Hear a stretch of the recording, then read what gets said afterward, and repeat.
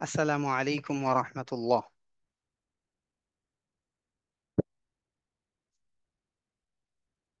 আস্তাগফিরুল্লাহ আল আযীম ওয়া আতুবু ইলাইহি লা হাওলা ওয়া লা কুওয়াতা ইল্লা বিল্লাহিল আলিয়্যিল আযীম। আস্তাগফিরুল্লাহ রাব্বী মিন কুল্লি যানবিন ওয়া আতুবু ইলাইহি লা হাওলা ওয়া লা কুওয়াতা ইল্লা বিল্লাহিল আলিয়্যিল আযীম। اللهم صل على محمد وعلى آل محمد كما صليت على إبراهيم وعلى آل إبراهيم إنك حميد مجيد. اللهم بارك على محمد وعلى آل محمد كما باركت على إبراهيم وعلى آل إبراهيم إنك حميد مجيد. اللهم صل على محمد النبي الأمي وعلى آله وسلم تسليما. اللهم صل على محمد وآزله المقعد المقرب عندك يوم القيامة.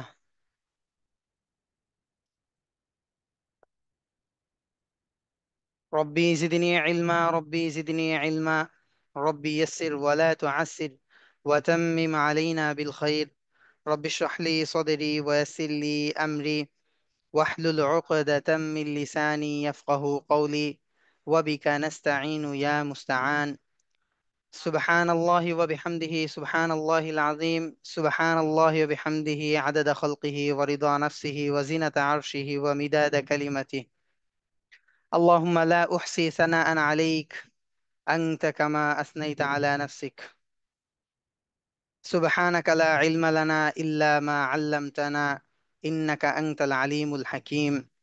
سبحانك لا فهم لنا إلا ما فهمتنا إنك أنت الجواد الكريم. الحمد لله ثم الحمد لله। আল্লাহ সুবহানাহু ওয়া তাআলার কাছে অসংখ্য অগণিত শুকরিয়া এই জন্য যে আল্লাহ সুবহানাহু ওয়া তাআলা আমাদেরকে আজকের এই ওরিয়েন্টেশন ক্লাস,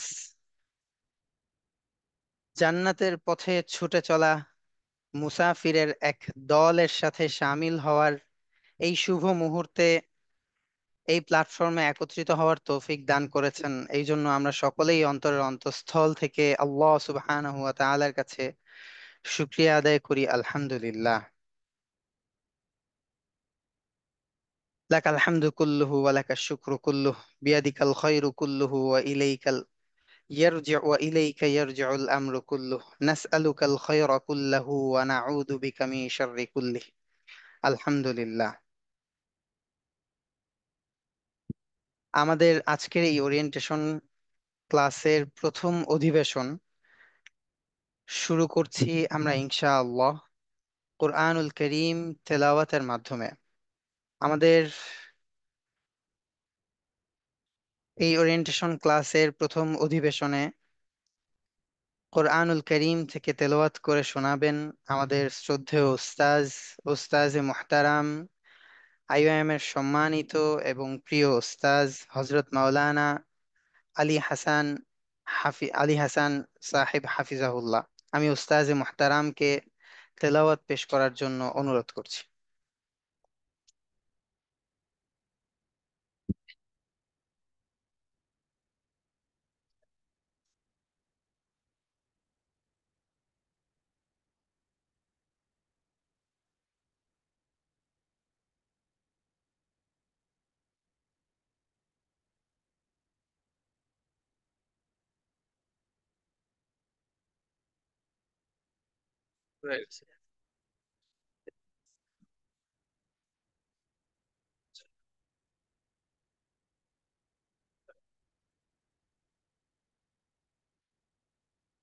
السلام عليكم ورحمة الله وبركاته.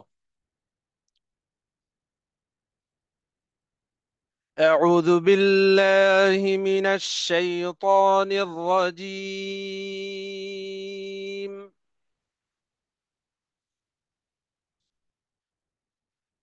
بسم الله الرحمن الرحيم.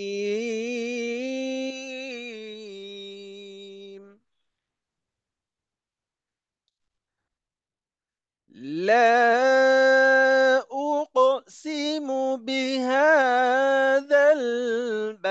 البلد وأنت حل بها وأنت حل بهذا البلد ووالد وما ولد لقد خلقنا الإنسان في كبد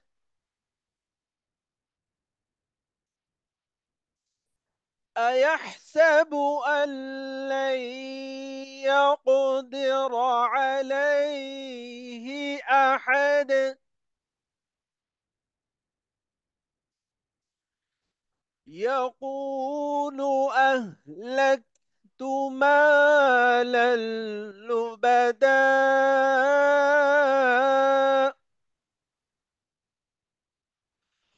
أيحسب أن لم يره أحد ألم نجعل له عينين ولسانا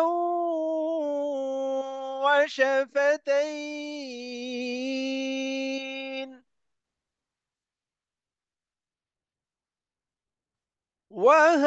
وهديناه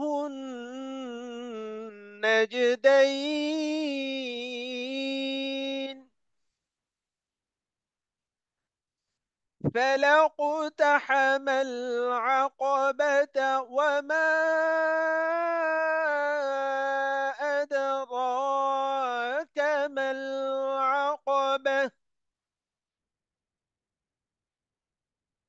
فك رقبة أو إطعام في يوم ذي مسغبة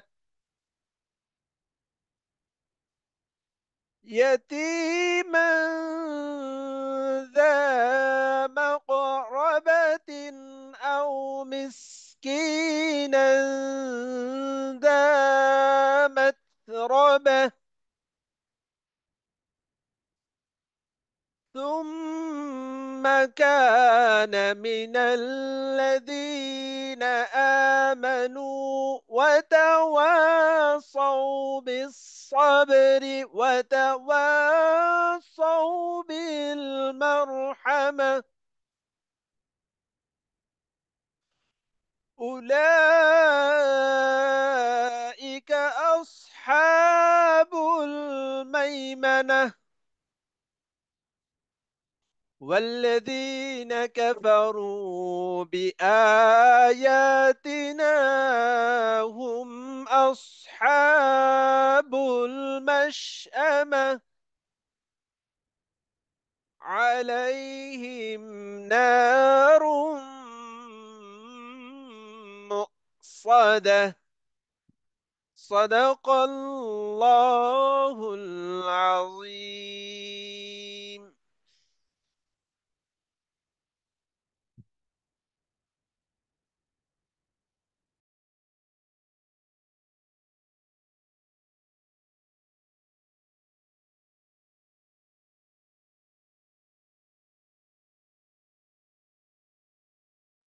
আসসালামু আলাইকুম রহমতুল্লাহি ওয়া আমার নাম মোহাম্মদ আলী হাসান।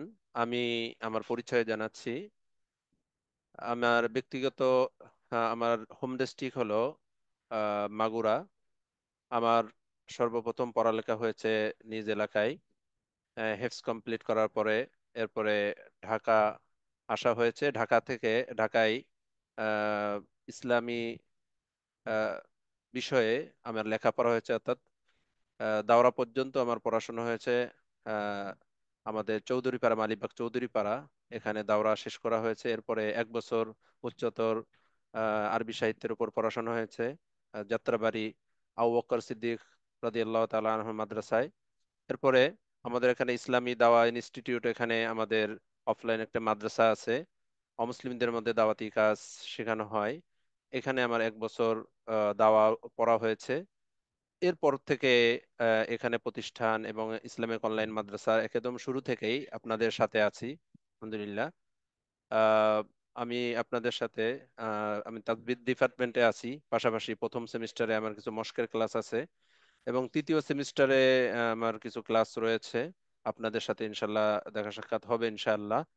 আল্লাহ রাব্বুল আলামিন আমাদের সবাইকে এখানে, আল্লাহ তাআলা আমাদেরকে নিয়ে আসছেন। আল্লাহ তাআলার বড় রহম ও করম। আল্লাহ রাব্বুল আলামিন বলেছেন যে যে প্রত্যেক ব্যক্তি আল্লাহ রাব্বুল আলামিনের প্রত্যেক ব্যক্তি আল্লাহ রাব্বুল আলামিনের বান্দা, এবং তাদের এই সমস্ত বান্দাদেরকে আল্লাহ রাব্বুল আলামিন তার এই ইবাদতের জন্য আল্লাহ তাআলা সৃষ্টি করেছেন। সমস্ত মানুষের মধ্যে আল্লাহ রাব্বুল আলামিন বিশেষ করে,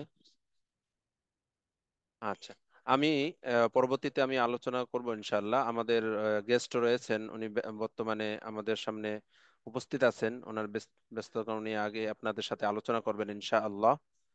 তো আমি আপনাদের থেকে বিদায় নিচ্ছি ইনশাআল্লাহ। পরবর্তীতে ইনশাআল্লাহ আবার যুক্ত হব ইনশাআল্লাহ।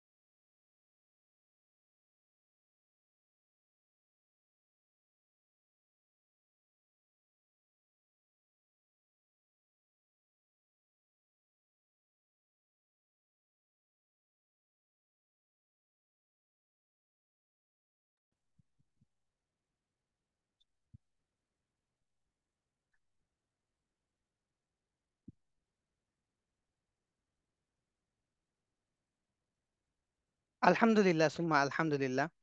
জাযাহুল্লাহু তাআলা ওয়া আহসানাল জাযা। ওস্তাজে মুহতারামকে, ওস্তাদ আমাদের সামনে অসংখ্য সুন্দরভাবে, অত্যন্ত সুন্দরভাবে তেলাওয়াতে কারীম পেশ করেছেন।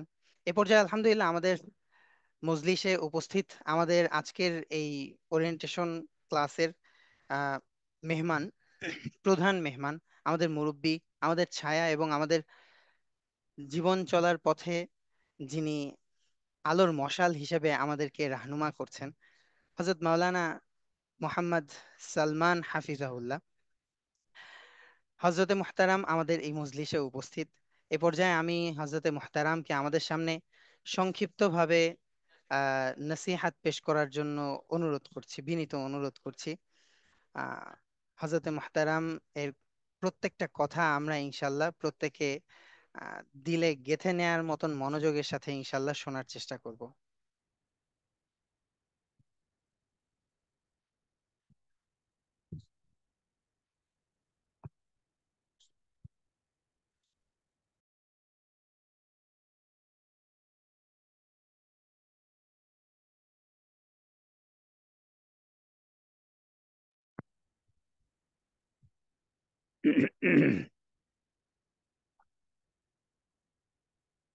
نحمده ونصلي على رسوله الكريم أما بعد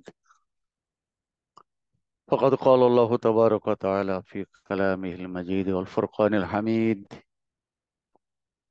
يا أيها الذين آمنوا قوا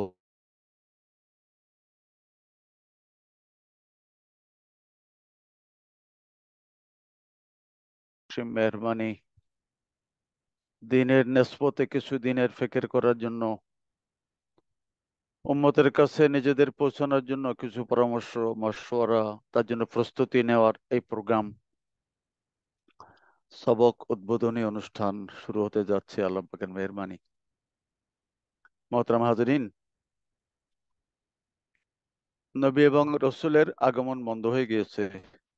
নবী এবং রসুলরা উম্মতের জন্য মেহনত করতেন, উম্মতের জন্য পেরেশানি উঠাতেন, উম্মতকে কি করে জাহান্নামের পথ থেকে বাঁচানো যায় সেজন্য নবীরা, রসুলরা, সাহাবা ইকরাম, তাবিন, তাবে তাবিন, আইম্মায়ে মুজতাহিদিন, মুজাদ্দিদিন, তারা দিনের মেহনত করতেন। এ পর্যন্ত আমাদের চলে আসছে আমাদের বুজুর্গের দিন। নবী এবং রসুল তো আর আসবে না,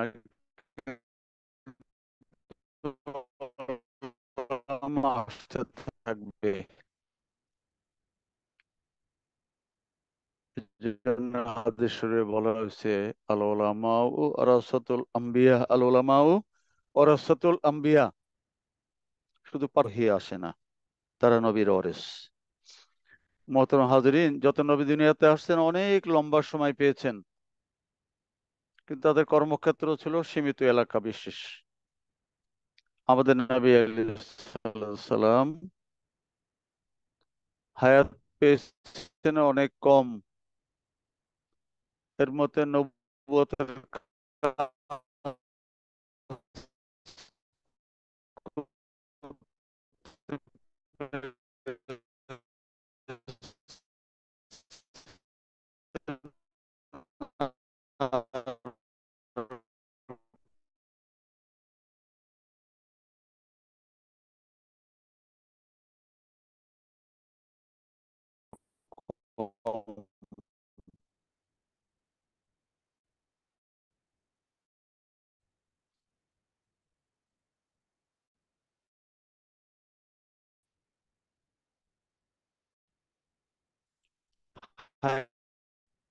নবী আলাইহিস সালাতু ওয়াসসালাম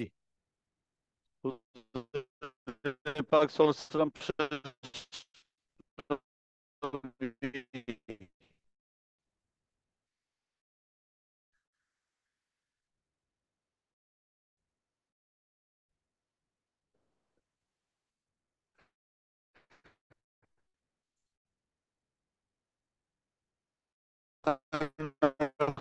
খাতামুন নাবিয়্যিন লা নাবিয়্যা বাদি। হুজুর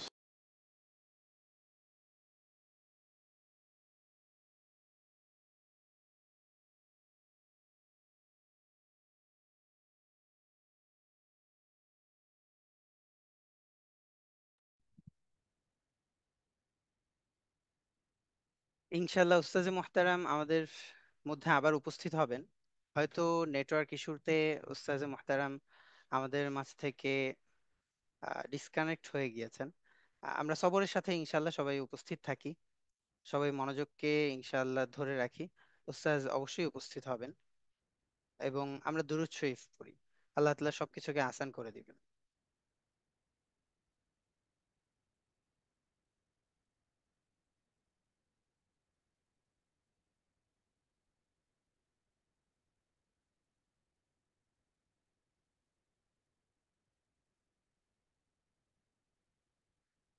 বান্দার সাথে যা ঘটে প্রত্যেকটা বিষয় আল্লাহ তাআলার ইচ্ছায় ঘটে।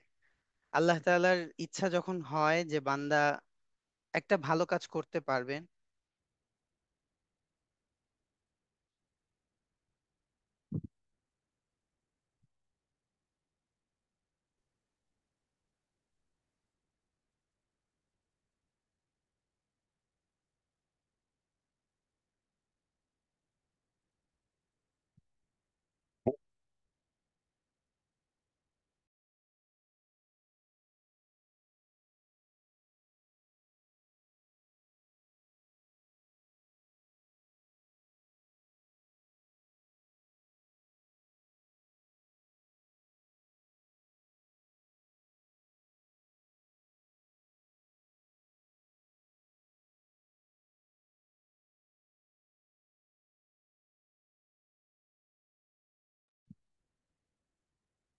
আলহামদুলিল্লাহ উস্তাজ আমাদের মধ্যে উপস্থিত হয়েছেন।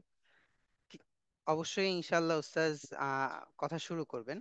হয়তো কোনো প্রয়োজন বোধে উস্তাজ একটু মিউট আছেন। আমরা প্রত্যেকেই ইনশাআল্লাহ সবরের সাথে ইন্তজার করি। ইনশাআল্লাহ উস্তাজ কথা শুরু করবেন।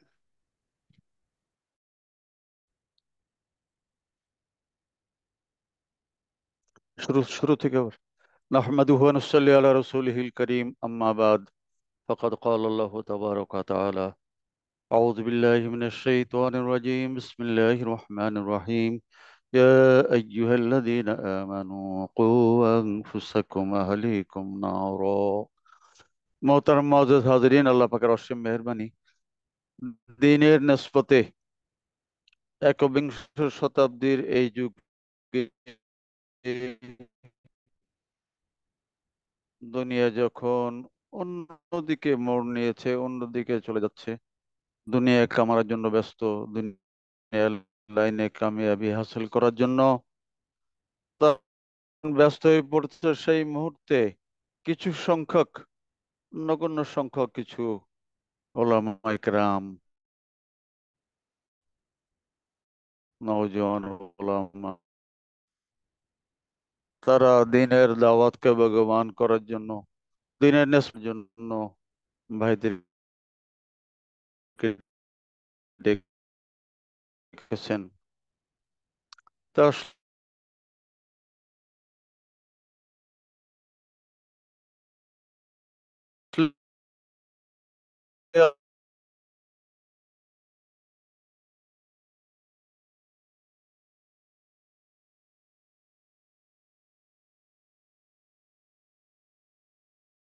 মিশন শেষ হয় নাই, তার মিশন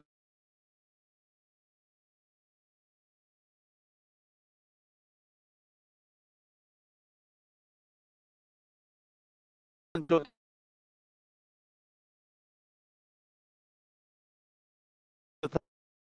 থাকবে কিয়ামত পর্যন্ত।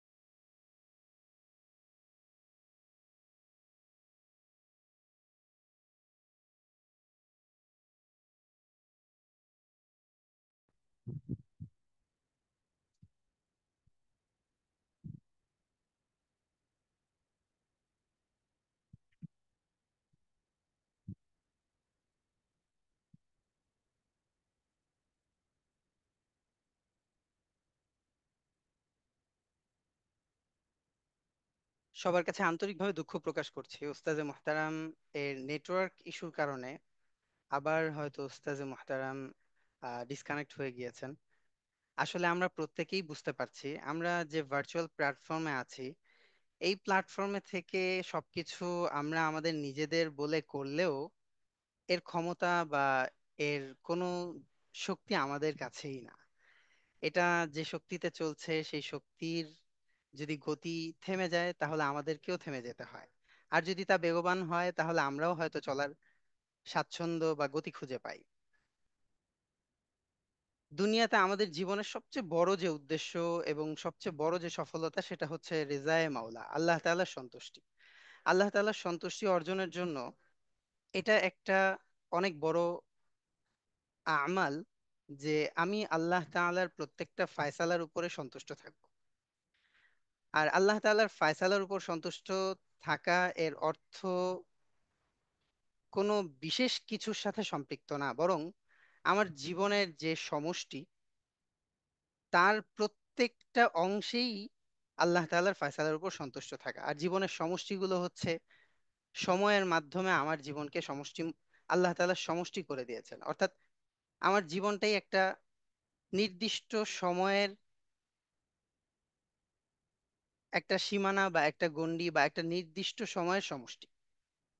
আমাদের প্রত্যেকের জীবন শুরু হয়, আল্লাহ তাআলা নির্দিষ্ট একটা সময় দিয়ে দিয়েছেন যে ঠিক অমুক দিন অতটা বাজে অমুক সেকেন্ডে আমি দুনিয়াতে জন্মগ্রহণ করব।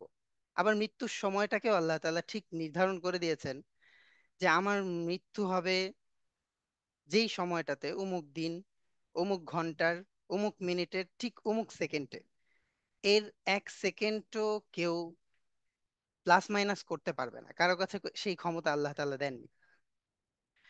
তো এই জন্যে প্রত্যেকটা সময়ের প্রত্যেকটা আমালকে আমরা আল্লাহ তাআলার সন্তুষ্টি অর্জনের লক্ষ্যে আমরা ইনশাআল্লাহ সেটার উপর সন্তুষ্ট বা সেটাকে মেনে নেয়ার যদি অভ্যাস গড়ে তুলতে পারি, আল্লাহ তাআলার সন্তুষ্টি আমাদের, আল্লাহ তাআলার সন্তুষ্টি হয়তো আমাদের সামেলে হাল হবে।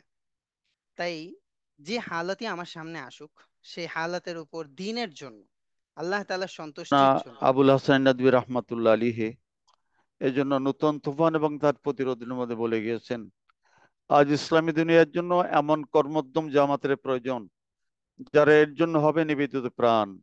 জ্ঞান, বুদ্ধি, ধন সম্পদ, যোগ্যতা, উপায়, উপকরণ সবকিছু এর জন্য উৎসর্গ করবে। ইজ্জত, সম্মান, পদ ও নেতৃত্বের প্রতি তাদের কোনো মোহ থাকবে না। তারা হবে হিংসা বিদ্বেষ সংকীর্ণ থেকে বহুত ঊর্ধ্বে। অন্যের উপকারে চিন্তা করবে, নিজে উপকার গ্রহণ করবে না। শুধু দিবে, কিছু নিবে না। তাদের কর্মপন্থা হবে রাজনৈতিক কর্মপদ্ধতি থেকে ভিন্ন। তাদের দাওয়াত ও মেহনত হবে রাজনৈতিক আন্দোলনের চেয়ে ভিন্ন বৈশিষ্ট্য মণ্ডিত। এখলাস হবে তাদের পুঁজি। প্রবৃত্তি, পূজা, আত্মপছন্দ, সব ধরনের জাতীয়তা প্রীতি থেকে তারা হবে সম্পূর্ণ পবিত্র।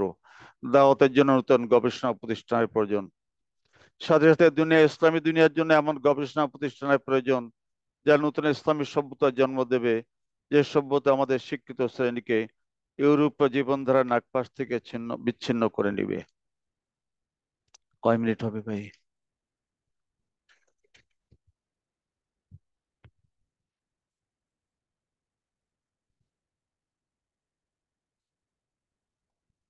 হযরত লিখেন, সংস্কার ও বিপ্লবের জন্য যে জামাতের প্রয়োজন, আজ এমন কোন জামাত নেই যারা এই অবস্থার দর্শনে ব্যথিত হবে,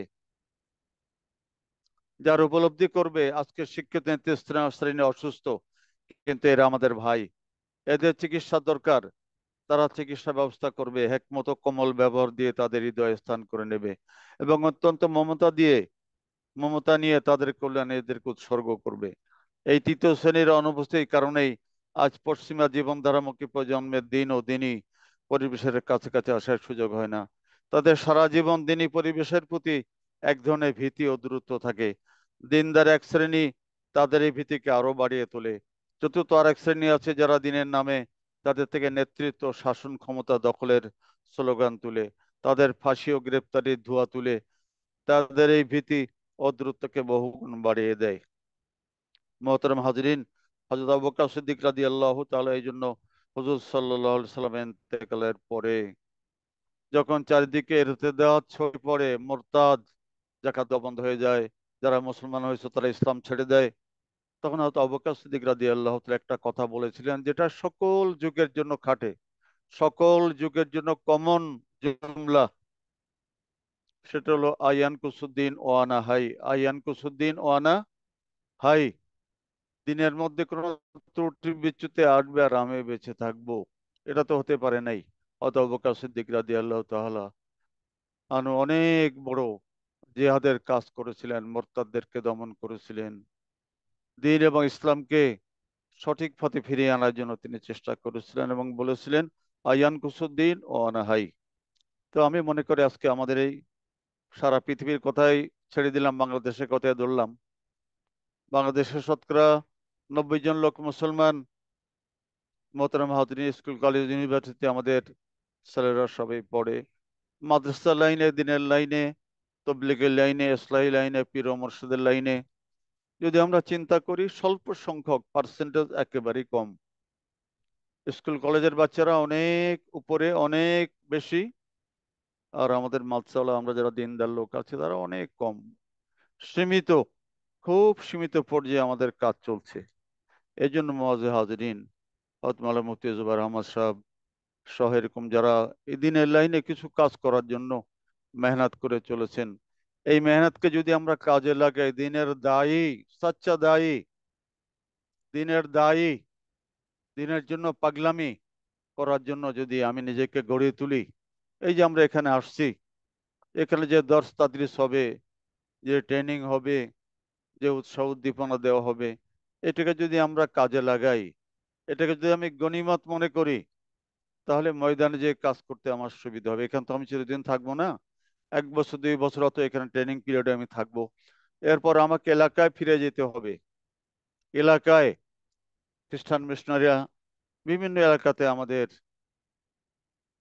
যুবক শ্রেণী, শিক্ষিত শ্রেণী, বণিক শ্রেণী তাদেরকে ইসলামের পথ থেকে অন্যদিকে নিয়ে চলে যাইতেছে।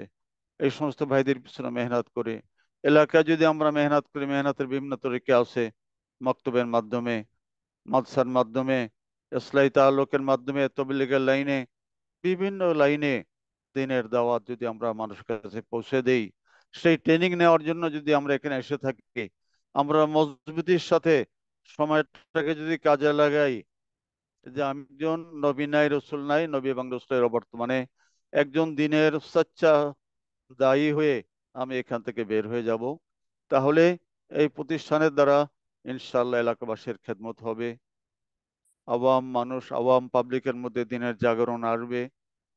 হযরত জিম আলী ইলিয়াস সাহেব রহমাতুল্লাহ আলাইহি যেভাবে একজন মানুষ দিল্লি নিজামুদ্দিনের কাজ শুরু করেছিলেন, এরপর হযরত মাওলানা ইউসুফ সাহেব রহমাতুল্লাহ কাজ শুরু করেছিলেন, এই দেশে উলামা একরামদের মধ্যে হযরত মাওলানা শামসুল হক ফরিদপুর রহমাতুল্লাহ আলাইহি, হাফিজ জুজু পীর জহুর সহ বাংলাদেশে আনাচে কানাচে অনেক বড় বড় উলামা একরাম কাজ করে গেছেন। যুগ যত সামনে চলে যাবে, দাওয়াতের ধরন, দাওয়াতের পদ্ধতি, বিভিন্ন লাইনে কাজ, বিভিন্ন লাইনে কাজ চলতে থাকবে ইনশাআল্লাহ। তো আমি আশা করি আল্লাহ তাআলা এই প্রোগ্রামকে কবুল করুক, আপনাদের এই আশা এবং এখানে ভর্তি হওয়া, এখানে পড়াশোনা করাকে কবুল করুক। সবাই এই নিয়ত করে নেই, আমি একজন নবী এবং রসুলের অবতীর্ণ দিনের সঠিক সাচ্চা দায়ী হয়ে এখান থেকে ট্রেনিং এ সজ্জিত হয়ে আমি এলাকায় ফিরে যাব এবং দিনের লাইনে মেহনত করতে থাকব। দোয়া করি আল্লাহ রব্বুল আলামিন এই প্রোগ্রামকে কবুল করুক, এই দাওয়া সেন্টারকে কবুল করুক। দিনের বড় বড় খেদমত আল্লাহ তাআলা এই দাওয়া সেন্টার দেয় নিক ইনশাআল্লাহ। মুফতি জুবায়ের সাহেবকে আল্লাহ তাআলা হায়াতে তয়্যিবা দান করেন, তার প্ল্যান, তার প্রোগ্রামকে তিনি যেভাবে কাজ করতেছেন, মাদসুর সাহেব অনলাইন মাদ্রাসা থেকে শুরু করে নিয়ে যে সমস্ত কাজ চলছে, অনলাইন মাদ্রাসা থেকে যে সমস্ত কাজ চলছে, ইনশাআল্লাহ আমি একবার গেছিলাম ওখানে, আমার সুস্থ থাকলে আমি নিজে চলে আসতাম, আমি অসুস্থ হওয়ার কারণে এখানে বসে আপনাদের সামনে দুইটা কথা বললাম। টুটাফাটা যে খেদমত এখন চলছে, এগুলো যদি আমরা ধরে রাখতে পারি ইনশাআল্লাহ, তাহলে দিন এবং ইসলামের এই যে ক্ষীণ বায়ু, এটা আস্তে আস্তে ইনশাআল্লাহ তাআলা এগিয়ে থাকবে ইনশাআল্লাহ তাআলা। দিনের দাওয়াত পৌঁছতে থাকবে ইনশাআল্লাহ। লোক যতই কম হোক, তার দিলে যদি উম্মতের দরদ, উম্মতের ফিকির, উম্মতের জন্য চিন্তা ভাবনা, নবী এবং রাসূলের অবর্তমানে একজন সচ্চা দায়ী হিসেবে যদি আমরা নিজেকে গড়ে তুলতে পারি, নিজেকে তৈয়ার করতে পারি ইনশাআল্লাহ, এলাকায় যে আমরা অনেক বড় খেদমত করতে পারবো। আল্লাহ রাব্বুল আলামিন আমাদের সবাইকে তৌফিক দান করেন। এই ধরনের প্রোগ্রামগুলিকে আল্লাহ তাআলা সামনে এগিয়ে নিয়ে যাওয়ার জন্য চেষ্টা করেন ইনশাআল্লাহ তাআলা। আল্লাহ তাআলা আমাদের তৌফিক দান করেন ইনশাআল্লাহ। ঠিক আছে ভাই, আসসালামু আলাইকুম। সবাই দোয়া করবেন, আমি আপনাদের জন্য দোয়া করি ইনশাআল্লাহ।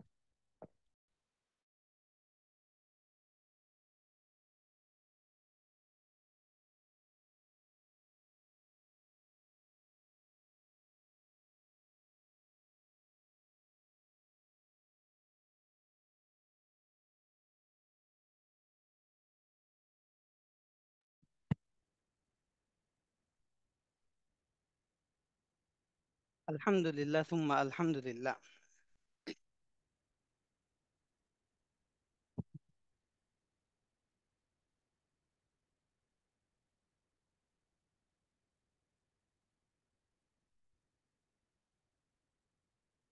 আল্লাহ সুবহানাহু ওয়া তাআলার কাছে অসংখ্য অগণিত শুকরিয়া। হযরত মাওলানা সালমান সাহেব নদভী হাফিজাহুল্লাহ হযরতে মুহতারামের কাছ থেকে আমরা যে নসিহা শুনতে পেলাম, আল্লাহ তাআলা আমাদেরকে প্রত্যেকটা কথা প্রত্যেকটা কথার উপরে আল্লাহ তাআলা আমাদেরকে পরিপূর্ণভাবে আমল করার তৌফিক দান করেন। এ পর্যায়ে আমরা আমাদের আজকের এই ওরিয়েন্টেশন পর্বের বা ওরিয়েন্টেশন ক্লাসের প্রথম অধিবেশনের আমাদের অন্যতম আরেকজন মেহমান, যিনি আমাদের মধ্যেই উপস্থিত ইতিমধ্যেই আলহামদুলিল্লাহ, হযরতে মুহতারাম এর পরিচয় সংক্ষিপ্তভাবেই আমি আপনাদের সামনে পেশ করছি।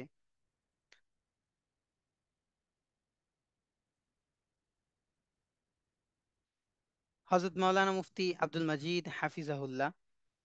হযরত আহ, আসলে পরিচয়ের জায়গাটা আমরা যতটাই বিস্তৃত করে বলি বা যতটাই দীর্ঘ করে বলি, কাজ এবং ব্যক্তির জায়গা থেকে তা অত্যন্তই নগণ্য। তাই সময়কে মূল্যায়ন করার জায়গা থেকে সংক্ষিপ্তভাবে, যেহেতু হজরত আমাদের সামনে ইতিমধ্যে উপস্থিত, তো সংক্ষিপ্তভাবেই হজরতের পরিচয় পেশ করছি। আমাদের সারা বাংলাদেশে খতমে নবুয়তের এই ঝান্ডা নিয়ে যারা দেশের এ প্রান্ত থেকে ও প্রান্ত অক্লান্ত মেহনত করে যাচ্ছেন, তাদের মধ্য থেকে অন্যতম এক ব্যক্তিত্ব হজরত মাওলানা আব্দুল মজিদ হাফিজাহুল্লাহ। এবং হজরত শুধু এই একটা ময়দানেই নয়, বরং বিভিন্নভাবে বিভিন্ন জায়গা থেকে বিভিন্ন আঙ্গিকে দ্বীনের প্রত্যেকটা শাখায় নিজেকে শামিল করার জন্য তার অক্লান্ত মেহনত হজরত করে যান। বিভিন্ন সময় আমরা বিভিন্নভাবে হজরতের সেগুলো আমাদের সামনে উঠে আসে। তো হজরতে মুহতারাম আমাদের সামনে এখনই ইনশাআল্লাহ নসিহাত পেশ করবেন। আমরা প্রত্যেকেই প্রত্যেকটা কথা হজরতে মুহতারামের জবান থেকে এই নসিহাতের প্রত্যেকটা কথার উপর পরিপূর্ণভাবে আমল করার জন্য খুব গুরুত্বের সাথে কথাগুলোকে শোনার চেষ্টা করব। আল্লাহ তাআলা আমাদেরকে ভরপুর তৌফিক দান করেন। আমি হযরতে মুহতারামকে বিনীতভাবে অনুরোধ করছি আমাদের সামনে কিছু নসিহা পেশ করার জন্য।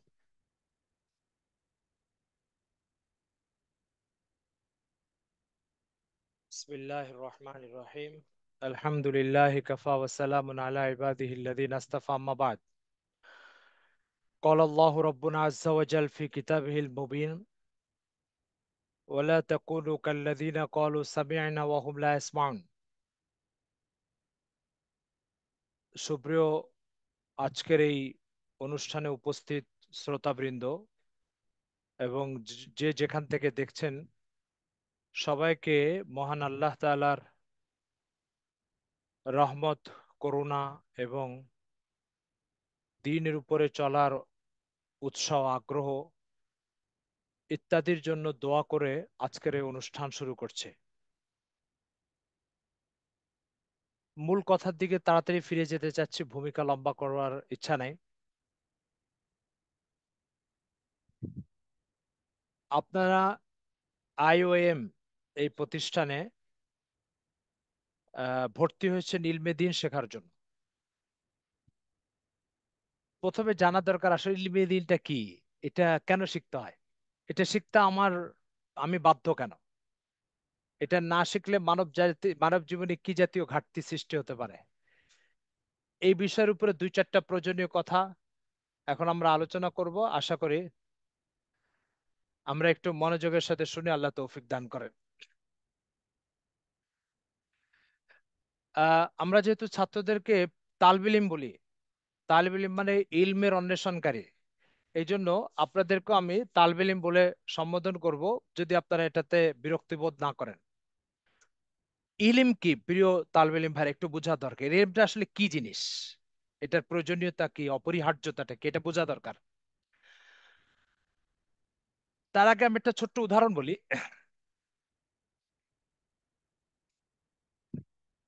একটু আস্তে। তার আগে একটা উদাহরণ বলি। মনে করেন আপনি একটা ঘর নির্মাণ করবেন দোতলা।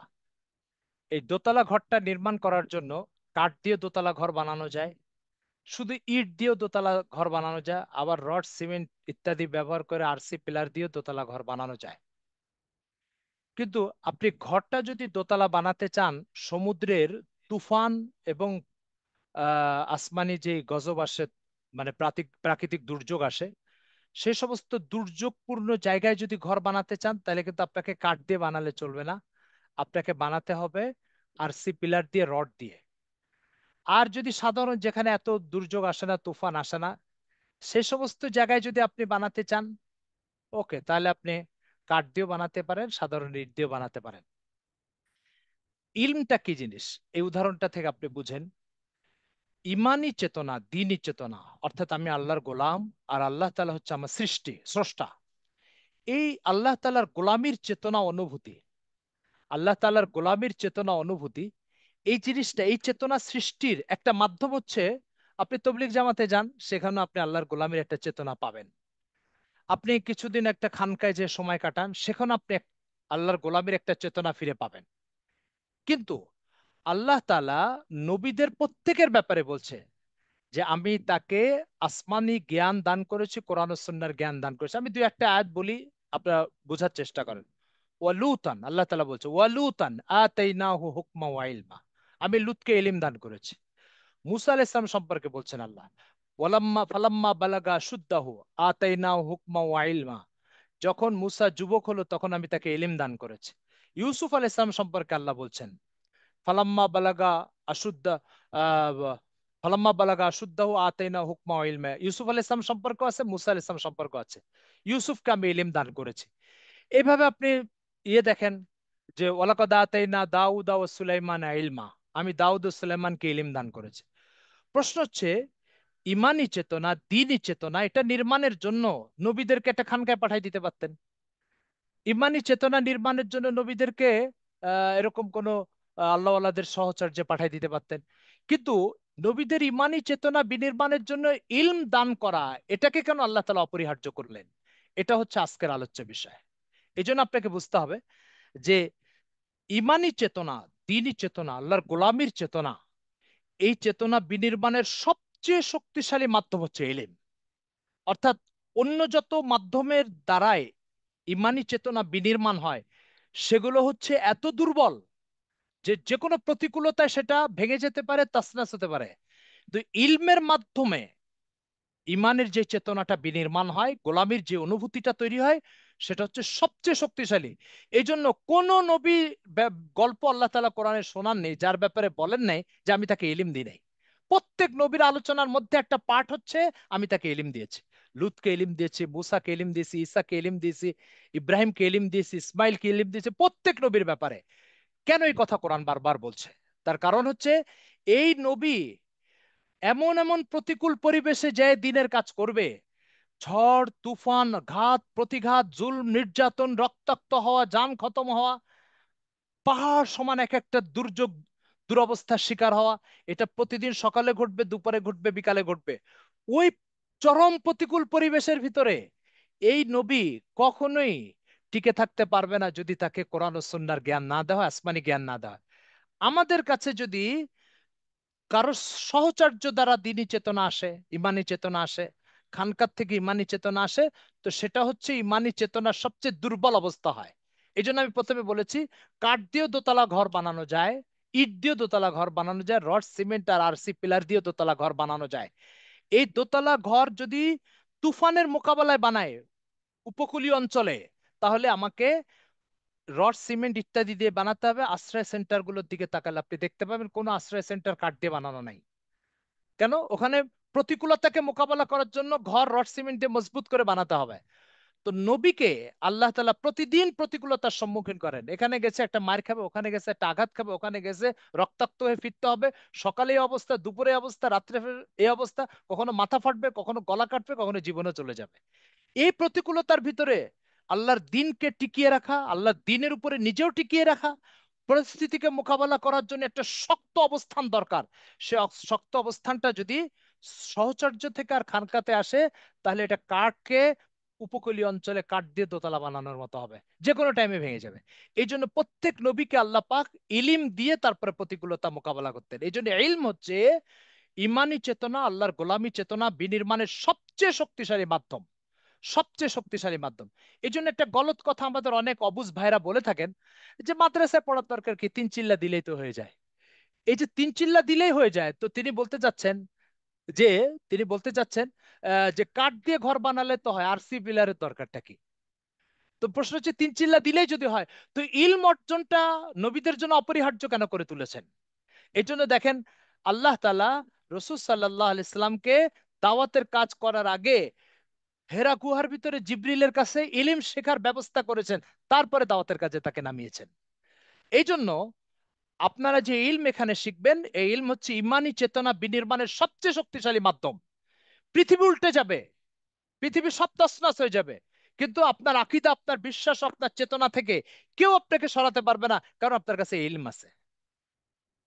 তো এই জন্য প্রিয় তালবে ইলম ভাইরা ও বোনেরা, বোনেরাও তো আছে, যে প্রিয় তালবে ইলম ভাইরা এবং তালেবাতে ইলম বোনেরা, সবার উদ্দেশ্যে বলছি, ইলম কেন শিখতে আমি বাধ্য? তার কারণ হচ্ছে ইমানি চেতনা, আল্লাহর গোলামীর চেতনা সবচেয়ে শক্তিশালী মাধ্যম হচ্ছে ইলম। দ্বিতীয় আরেকটা কথা আপনাকে বলি, হযরত ইব্রাহিম আলাইহিস সালাম একটা চমৎকার কথা বলছেন, আল্লাহ কোরআনে সেটা উল্লেখ করেছেন, ইয়া আবাতি কদ জানি মিনাল ইলম মা লাম ইয়াতিকা ফাত্তাবি'নি আহদিকা সিরাতান সাবিয়া। ইব্রাহিম আলাইহিস সালাম বলছেন, হে বাবা, আমার কাছে ইলম আসছে, কদ জানি মিনাল ইলম। এখানে আপনারা আরবি শিখলে বুঝবেন, ইলম ফাইল, ফাইলের উপরে মিন দাখিল হয়েছে, এই মিনটা জায়দা। ইয়া আবাতি কদ জানি মিনাল ইলম, আমার কাছে ইলম আসছে, মা লাম ইয়াতিকা, তোমার কাছে ইলম আসে নাই। ফলে ফাত্তাবি'নি, যেহেতু আমার কাছে ইলম আসছে, তো তুমি আমার অনুসরণ করবে। আহদিকা সিরাতান সাবিয়া, আমি তোমাকে আল্লাহর কাছে পৌঁছাই দিব। প্রিয় তালবে ইলম ভাইরা, ভালো করে শোনা দরকার, যার কাছে ইলিম হচ্ছে আসছে তিনি অনুসৃত, তার অনুসরণ করার কথা বলা হচ্ছে। আর কে অনুসরণ করবে? বাবা অনুসরণ করবে। কেন? মালামিয়াতিক, তোমার কাছে ইলিম আসে না এই কারণে। তাহলে এই আয়াতের ভিতরে আল্লাহ তাআলা বার্তা দিচ্ছেন তার বান্দাদেরকে, দ্বীনের লাইনে নেতৃত্ব ইলিম ছাড়া হয় না। দ্বীনের লাইনে নেতৃত্ব ইলিম ছাড়া হয় না। দ্বীনের লাইনে অনুসরণীয় ব্যক্তি ইলিম ছাড়া হয় না। কেন? জাহিল যখন কোনো নেতৃত্বের আসনে বসবে, তখন সে নিজেও সিরাতে মুস্তাকিম থেকে বিচ্যুত হবে এবং অন্যদেরকেও সিরাতে মুস্তাকিম থেকে বিচ্যুত করবে।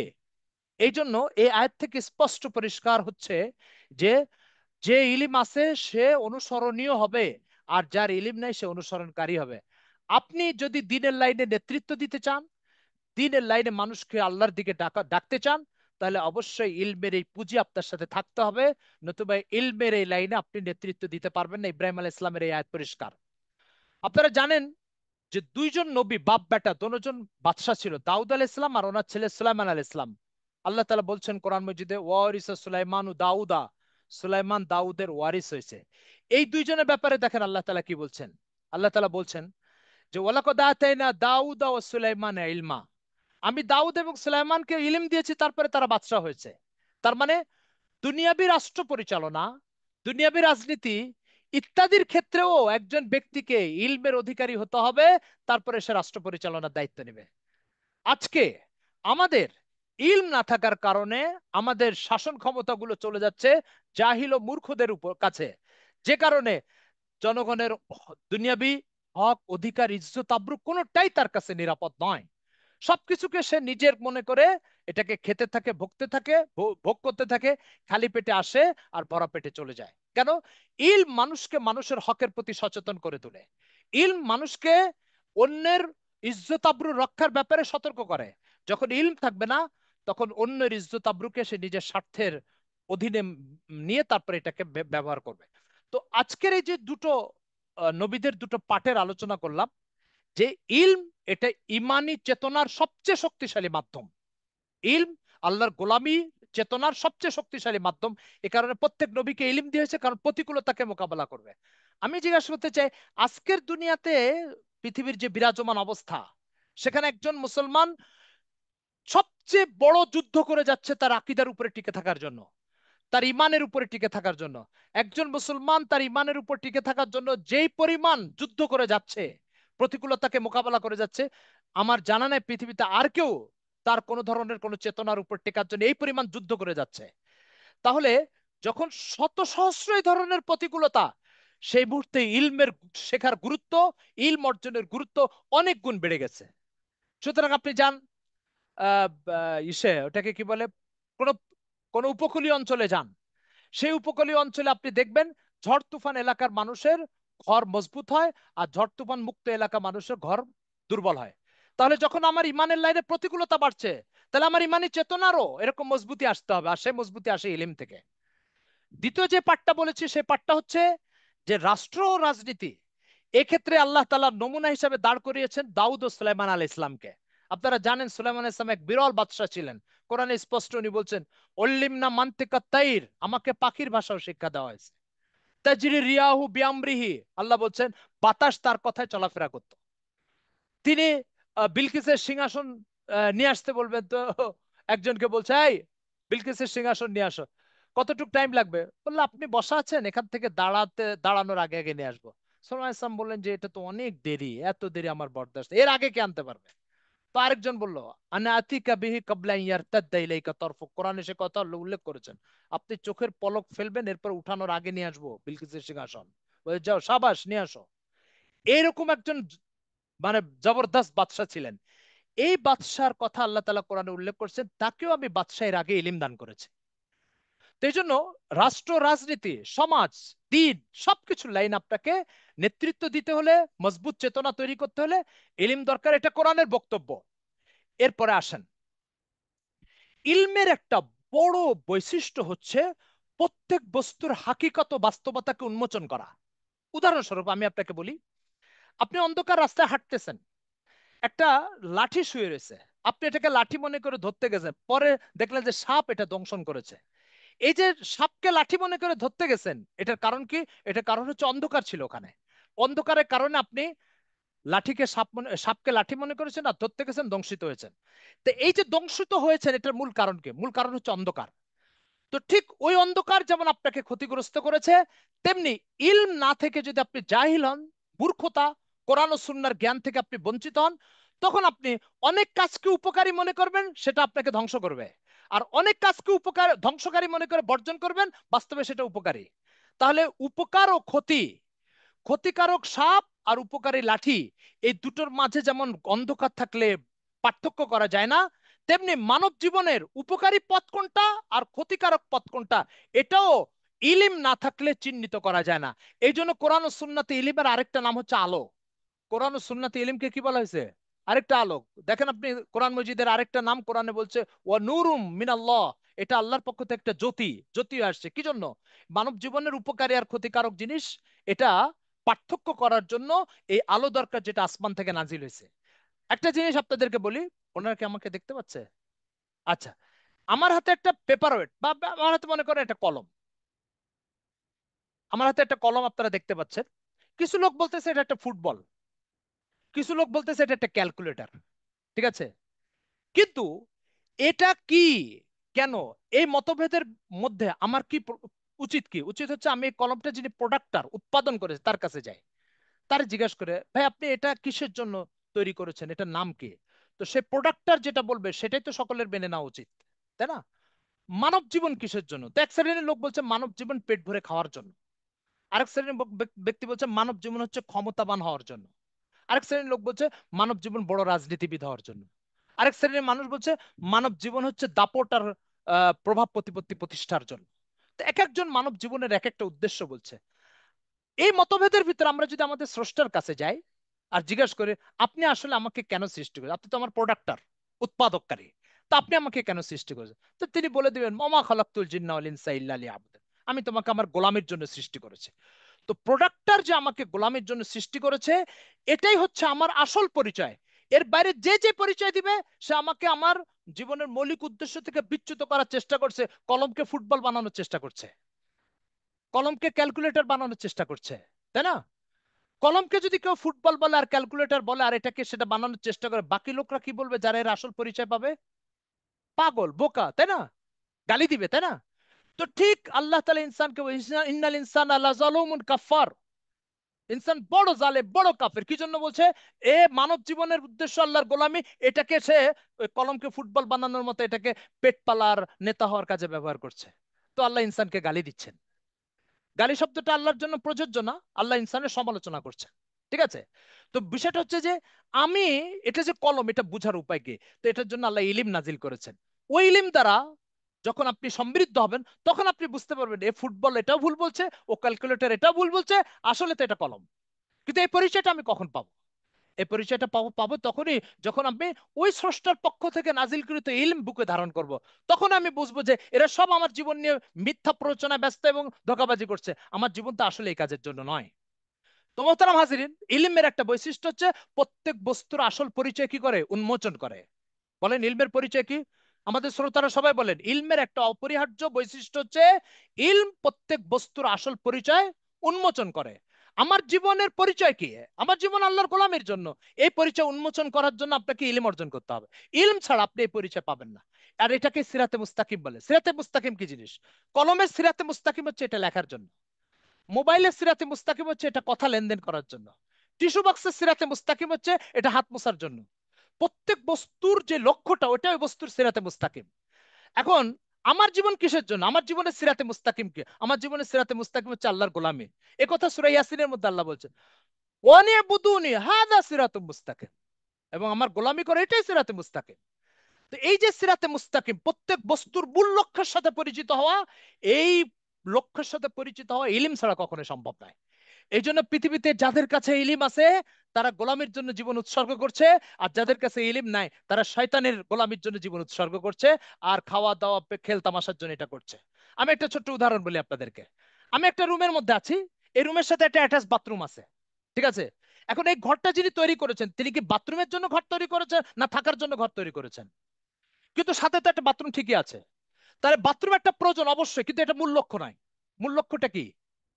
থাকার জন্য একটা বসবাসের ঘর। এখন কোন ব্যক্তি যদি ওই বাথরুমটাকে মূল লক্ষ্য বানায় নেয়, আর থাকার ঘরটা তার কাছে যদি গৌণ বা উপেক্ষিত হয়, তাহলে আপনি কি বলবেন? লোকটা সচেতন না অচেতন? অচেতন। মোহতারাম হাজিরিন, আমার জীবন চলার জন্য, আমার আল্লাহর গোলামি ঠিক রাখার জন্য কিছু অর্থবিত্ত আমার প্রয়োজন, কোনো সন্দেহ নাই। কিন্তু এই অর্থবিত্তটা আমার জীবনের লক্ষ্য নয়। আমার জীবনের লক্ষ্য হচ্ছে আল্লাহর গোলামি। এখন ইলম না থাকার কারণে, ইলমের শূন্যতার কারণে বাথরুমটা লক্ষ্য হয়ে গেছে আর বেডরুমটা শূন্য হয়ে গেছে। বিষয়টা কি দাঁড়ালো? যেটা জীবনের প্রয়োজন সেটা মাকসাদে পরিণত হয়েছে, আর যেটা মাকসাদ সেটা কি? প্রয়োজনীয় জিনিসে পরিণত হয়েছে। বাথরুম এটা প্রয়োজন।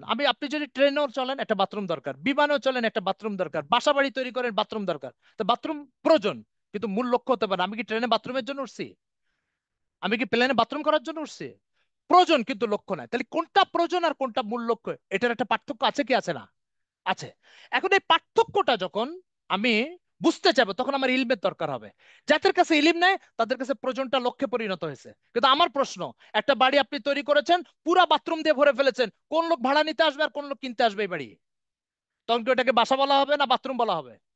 তার মানে আপনি এতটুকু বুঝেন যে প্রয়োজনটা যখন সব জায়গায় ছড়িয়ে পড়া, লক্ষ্যটা গায়েব হয়ে যায়, তখন ওই জিনিসের গ্রহণযোগ্যতা কারোর কাছে থাকে না। ঠিক আপনার জীবনে যখন আল্লাহর গোলামি থাকবে না, আপনার ভিতরে শুধুমাত্র পয়সা কামানো আর পেট ভরার জন্য আপনি জীবনটাকে নির্ধারণ করেছেন, তখন আপনি বাথরুম দিয়ে জীবন ভর্তি করলেন। ভাড়াটিয়ার কাছে যেমন ওই বাড়ির কোনো গুরুত্ব থাকবে না, আপনার জীবনের কোনো গুরুত্ব আল্লাহর কাছে থাকবে না। কিন্তু এই চেতনা কখন আসবে? এই চেতনা ইলম থেকে আসবে। ইলম না আসলে কোনটা মাকসাদ আর কোনটা জরুরত, এই পার্থক্য আপনি বুঝবেন না। ফলে আপনি সারা জীবন জরুরতের পিছনে জীবন শেষ করবেন, মাকসাদের ব্যাপারে চরম উদাসীন। তো এই জন্য আমাদের শ্রোতাবৃন্দ যারা আছেন আজকে তালবে ইলম ভাইরা, তারা ইলমের এই পাঠটা বোঝার চেষ্টা করে। ইলম ইলম মানুষের ভিতরে কোনটা জরুরত আর কোনটা মাকসাদের পার্থক্য নির্ণয় করে কে? ইলম। ইলমের এটা একটা অন্যতম বৈশিষ্ট্য। আচ্ছা, আমি আপনাদেরকে একটা ছোট্ট প্রশ্ন করি, আপনাদের কাছে। আপনাদের মধ্যে কেউ কে আছেন যে বাথরুমের প্রয়োজনটা যদি 5 মিনিট হয় তো সেখানে 6 মিনিট 7 মিনিট বসে থাকবেন? আছেন এরকম কেউ? নিশ্চয় বলবেন না, আমরা কেউ এরকম করব না। তাহলে বাথরুমের 5 মিনিট শেষ হয়ে যাওয়ার পর আপনারা কি করেন? নিশ্চয় ফিরে চলে আসেন কোথায়? বেডরুমে, তাই না? তো জরুরত শেষ হয়ে যাওয়ার পরে জরুরত ত্যাগ করে, এটা আপনার স্বভাবগত বিষয়। তাহলে আমার জীবনে অর্থবিত্ত দরকার, নিশ্চয় অর্থবিত্ত যদি আমার আজকে 500 টাকা দরকার, 500 টাকা কামানো হয়ে গেছে, আমাকে বেডরুমে ফিরে আসতে হবে, আল্লাহর গোলামিতে ফিরে আসতে হবে। কিন্তু আমাদের অবস্থা কি? আমাদের অবস্থা হচ্ছে বাথরুমের প্রয়োজন পূর্ণ হয়ে গেছে 5 মিনিটে, আমি 5 ঘন্টা বসে আছি, এমনকি জীবন শেষ করে দিচ্ছি। কিন্তু যে বাড়িতে বেডরুম না, সেই বাড়ির গুরুত্ব আপনার কাছে থাকবে কিনা বলেন? আর যে বাড়িতে শুধু বাথরুম আছে, সেই বাড়ি আপনি নিবেন কিনা বলেন? নিশ্চয়ই নিবেন না। আল্লাহ তাআলা ওই জীবন নিবেন না যে জীবনের ভিতরে বাথরুম আছে, বেডরুম নাই। হ্যাঁ, হ্যাঁ, ঠিক আছে, তো আমি শেষ করে দিচ্ছি। আর একটা কথা যেটা ইলমের জন্য অপরিহার্য, ওটা বলে 2 মিনিটে শেষ করে দিচ্ছি। প্রিয় ছাত্র ভাইরা, তালবে ইলম ভাইরা ও বোনেরা, একটা কথা বলেন, আপনার কাছে একটা কলা আমি বিক্রি করব। এই কলাটা আপনার কাছে বিক্রি করার আগে আমি দুইজনকে 2 কামড় খেতে দিয়েছি, দিয়ে এবার আপনাকে দিয়ে বললাম কলার মূল্য 10 টাকা দেন। কে কে নিবেন বলেন? নিশ্চয়ই কেউ নিবেন না। কেন নিবেন না? এই কারণে নিবেন না যে মূল্য যার কাছে পেতে হবে, কলাটা নিরাপদে তার কাছে সমর্পণ করলে তখন মূল্য পাওয়ার যোগ্য হবে। ইলম তলব এটা ইসলাম একটা ইবাদত, ইসলাম একটা ইবাদত এবং অন্যতম ইবাদত। যদি ইবাদত হয় তাহলে এই ইলম অন্বেষণ আর ইলম শেখার প্রতিদান আপনি কার কাছ থেকে নিতে চান বলেন? নিশ্চয় আল্লাহর কাছ থেকে। তো প্রতিদান যদি আল্লাহর কাছ থেকে নিতে চান, তাহলে আজকের থেকে নিয়ে শেষ দিন পর্যন্ত ইলমের প্রতিটা দর্শে আল্লাহকে সন্তুষ্ট করার জন্য আপনাকে হাজির হতে হবে। কারণ আপনি প্রতিদান নিতে চান আল্লাহর কাছ থেকে। তো প্রতিদান যেহেতু আল্লাহর কাছ থেকে নিতে চান, তাহলে ইলমের শেখার প্রত্যেকটা দর্শ, প্রত্যেকটা মিনিট আল্লাহর জন্য উৎসর্গ করতে হবে। যদি ঘটনা এরকম ঘটে যে আপনি ইলম শিখতেছেন, বড় কোনো আল্লামা হবেন, খ্যাতিমান মানুষ হবেন, কোথাও যে নিজেকে আলেম হিসাবে পরিচয় দিবেন, বা সমাজে একটা গ্রহণযোগ্যতা, আমিও আলেম, এরকম কোন চিন্তা যদি করেন, তাহলে আপনি একে 1 কামড় খেতে দিলেন, ওকে 1 কামড় খেতে দিলেন, এবার আল্লাহকে বললেন আমাকে এবার মূল্যটা দিয়ে দেন। ঠিক আছে? তো প্রশ্ন হচ্ছে, এটা তো কোনো 10 টাকার কলা কলা বিক্রেতাকেও এই ধরনের আরেকজনকে খাওয়ায় কলার মূল্য আশা করা যায় না বা নেওয়ার আগ্রহ প্রকাশ করা যায় না। তো যখন কলার ক্ষেত্রে আপনি 10 টাকা পাওয়ার জন্য পুরা কলাটা নিরাপত্তার হাতে পৌঁছাবেন, তো আপনি এই উদ্দেশ্যে ইলম শিখে তারপর আল্লাহর কাছ থেকে এটার আশা করবেন কিভাবে? এটা কি আল্লাহর জন্য একটা অপমানকর বিষয় নয়? যাই হোক, তো আজকে আপনাদের সামনে আমি 2টা কথা বলেছি। একটা কথা হচ্ছে ইলম কেন শিখতে আমি বাধ্য, ইলম কেন শিখতে হবে। ইমানি চেতনা বিনির্মাণের সবচেয়ে শক্তিশালী মাধ্যম হচ্ছে ইলম। এটা একটা ঘাত প্রতিঘাত, বেদিনী বদ্দিনী পরিবেশকে মোকাবেলা করার জন্য যে শক্ত চেতনা দরকার, সেই চেতনা ইলম থেকে আসে। এটা একটা বিষয়। আর 2 নম্বর বিষয় হচ্ছে, যেহেতু আমি এটা দিন শিখছি, ইবাদত করছি, তো ইবাদত এটা আল্লাহর জন্য হতে হবে। অন্য কোনো উদ্দেশ্যে করলে তখন এটা আল্লাহর সাথে একটা অপমানজনক আচরণ হবে, যেটা একটা কলার ক্ষেত্রে আমরা করি না, আল্লাহর ক্ষেত্রে এটা করতে পারি না। এই বলে আজকের আলোচনা শেষ করছি। আল্লাহ তাআলা প্রতিটা কথার উপরে এই অধমকে আগে আমল করার তৌফিক দান করেন। তারপর আপনাদের সবাইকে আসসালামু আলাইকুম। জাযাকাল্লাহ আজাদ মাওলানা মুফতি আব্দুল মজিদ সাহেব দামাত বারকাতুহুল আলিয়াকে, যিনি আমাদেরকে গুরুত্বপূর্ণ নসিহা পেশ করলেন। আমরা প্রত্যেকেই নসিহাগুলির উপরে আমল করার চেষ্টা করবো ইনশাআল্লাহ। খুবই গুরুত্বপূর্ণ কথা, প্রত্যেকটা কথা অন্তরে অন্তরে রেখে দেওয়ার মতো এবং কাগজে লিখে রাখার মতো কথা। আল্লাহ পাক আমাদের এই কথাগুলির উপর আমল করার তৌফিক দান করুন। এখন বিরতি, নামাজের বিরতি 9:30 পর্যন্ত, 9:15 পর্যন্ত, 9:15 পর্যন্ত, 9:15 পর্যন্ত নামাজের বিরতি।